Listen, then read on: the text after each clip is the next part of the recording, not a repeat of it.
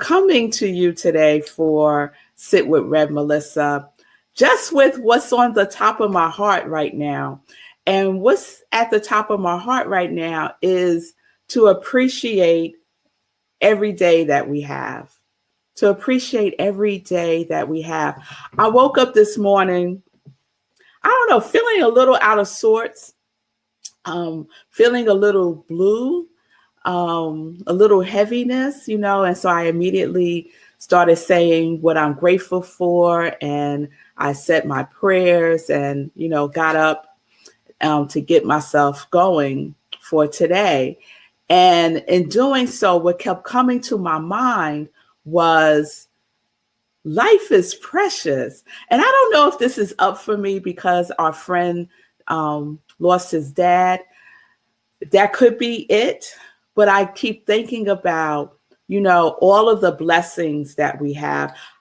This morning, as I was getting myself together, I was listening to yesterday's Living Life in Joy that Sekou hosted with an amazing, amazing young man, Brandon Marshall, who is on the board of Launchpad, which is one of the Elevating 8 organizations that is receiving support from the Hero Ministry work charity run that Sekou is doing and that the Congregation of Joy has supported. And one of the things that they were talking about in the interview is youth, youth who are finding themselves unhoused for a whole host of reasons. Many of them just need support, just need support. A lot of things happen and they find themselves unhoused. And it just made me so appreciate what I have. Sometimes I could get myself into this place where I'm in complaint, and one of the things that I find myself in complaint about is my house, right? I say I don't like my kitchen. Right now we're dealing with some water issues that's just, a pain in the neck. And, and things happen when you have a house, when you are housed, there are things that you have to do to take care of the house, right? You have to invest, your resources in it because there's always usually something that needs some TLC.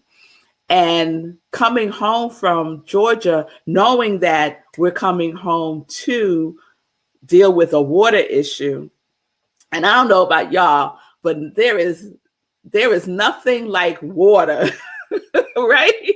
Water is a powerful source to contend with, right? And water will win. Water will win. So you got to work with the water, right? You got to be in harmony with the water. So, on the plane coming back home, I was just thinking about, okay, we got to come home and address this issue. And it is being addressed. But again, it put me in that place of there are people out in the world where they wish they had a water issue, right? Because that would mean that they have shelter. They have a roof over their head. And it just made me, get out of this funk, to get out of the funk of whatever, right? Of whatever. And I started to think about our series, our 2-week series that we wrapped up. I think we wrapped up. We might just be taking a pause with the right? With the and I have all the words here that we've covered over these last 2 weeks.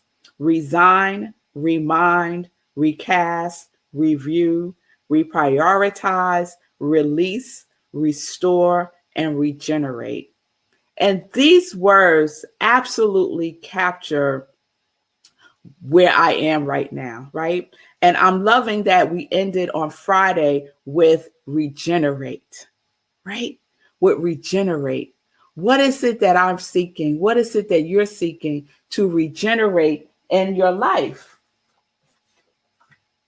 To regenerate in your life. What is it that you are seeking to regenerate?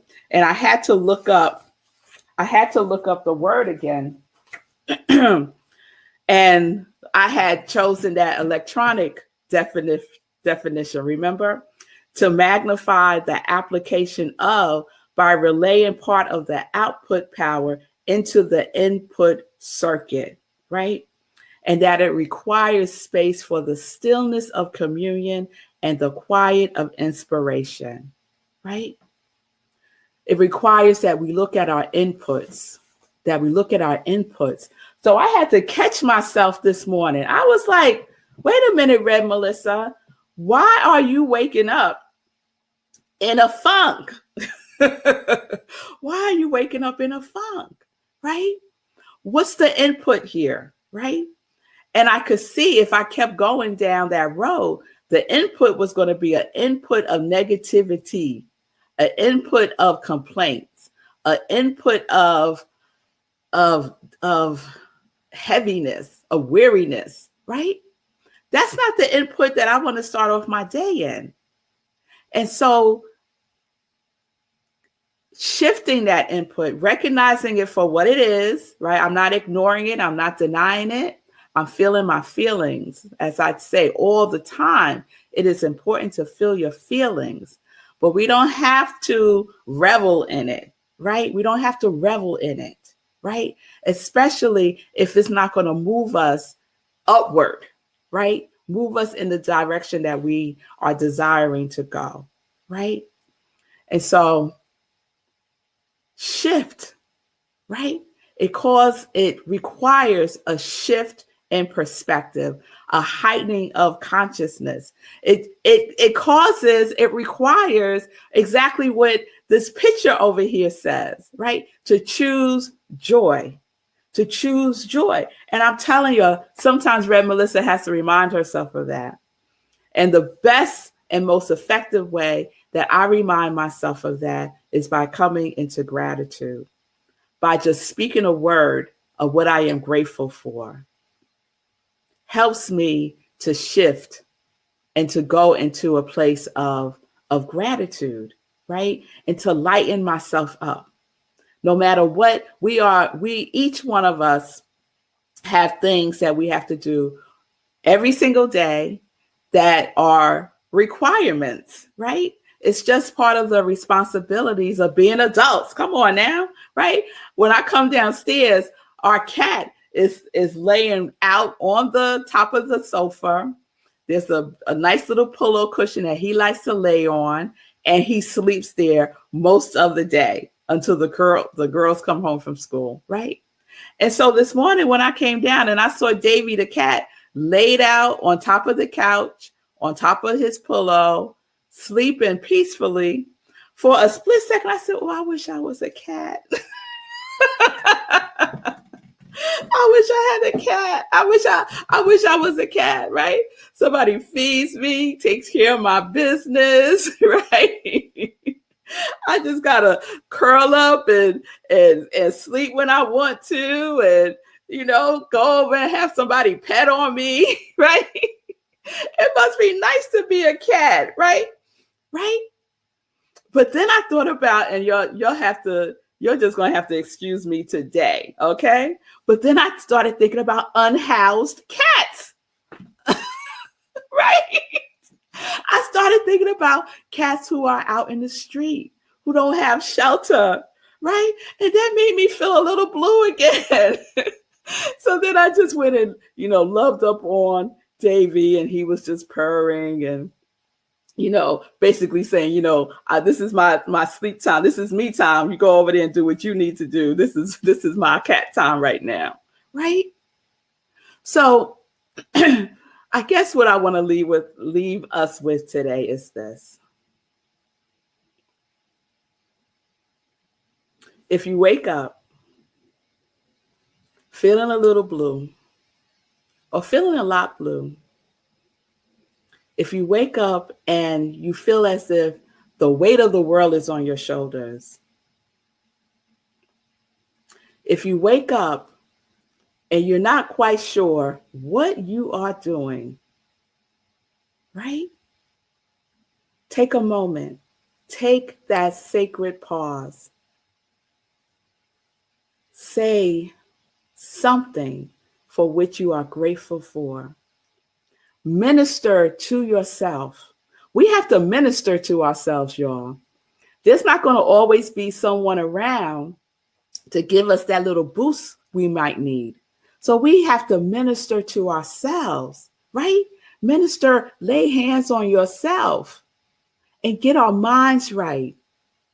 And the most effective way that I know that works for me 100% of the time is to pray and to be grateful. To pray and be grateful. And then I move. And then I move.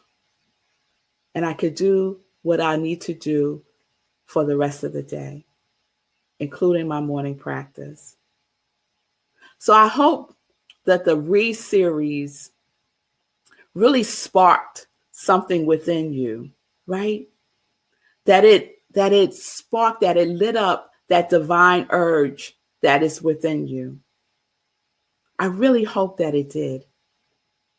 And that you're now in the mindset of considering, contemplating on what it is that you are regenerating for and through your life. What are your inputs and what are your outputs? How are you feeding your spirit? How are you feeding your mind? How are you feeding your soul? How are you feeding your body? How are you taking care of yourself? How appreciative are we, for what we have, for the roof over our heads, for the very fact that we have technology that you can even watch SIP or the Be Your Own Hero show or Living Life in Joy or all the other things that we have at our disposal, right? So let's be in that place with ourselves, with all aspects of ourselves, even the parts of ourselves that feels down, blue, sad, disappointed, frustrated. We're taking it all in. And in all of it, we are applying love, patience with ourselves. At least that's what I'm doing for myself today, y'all. So I will see you all tomorrow. Peace and blessings, peace and justice. We're living life in joy, connected to our yes.